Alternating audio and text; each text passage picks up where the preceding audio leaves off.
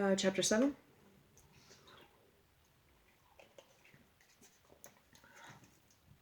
One moment, let me maybe check that. Correct. The incident at the window.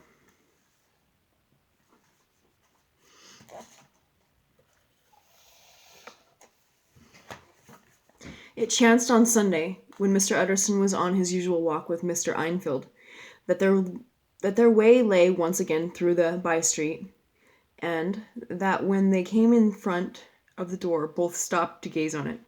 "Well," said Einfield, "that story is at an end, at least.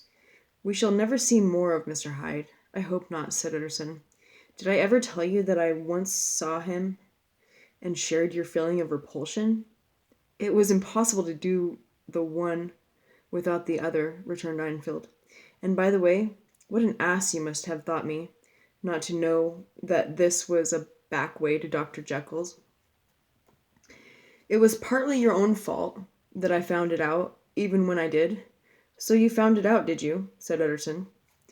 "But if that be so, we may step into the court."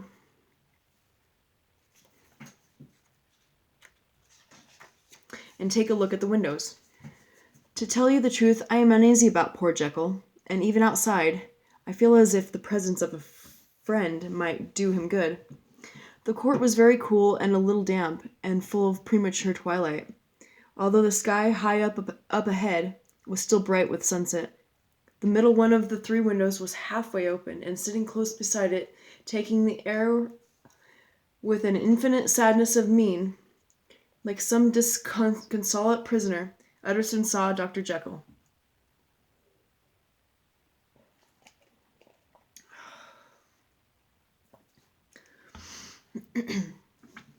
"What, Jekyll?" he cried. "I trust you are better." "I am very low, Utterson," replied the doctor drearily. "Very low. It will not last long, thank God." "You stay too much indoors," said the lawyer. "You should be out whipping up the circulation, like Mr. Einfield and me. This is my cousin, Mr. Einfield, Dr. Jekyll. Come now, get your hat and take a quick turn with us." "You are very good," sighed the other. I should like to very much. But no. It is quite impossible. I dare not. But indeed, Utterson, I am very glad to see you. This is really a great pleasure.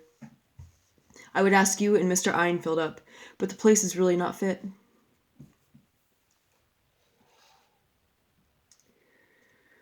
"Why then," said the lawyer, good-naturedly, "the best thing we can do is stay down here and speak with you from where you are." "That is just what I was about to venture to propose," returned the doctor with a smile. But the words were hardly uttered before the smile was struck out of his face and succeeded by an expression of such abject horror and despair as froze the very blood of the two gentlemen below.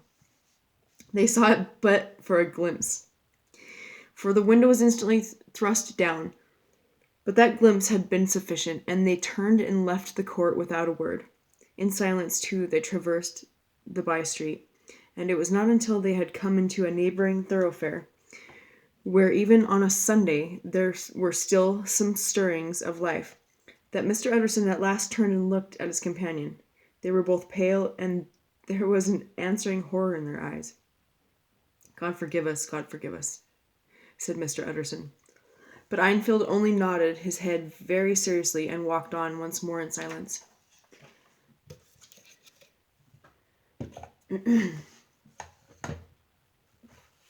Mr. Utterson was... Oh, excuse me.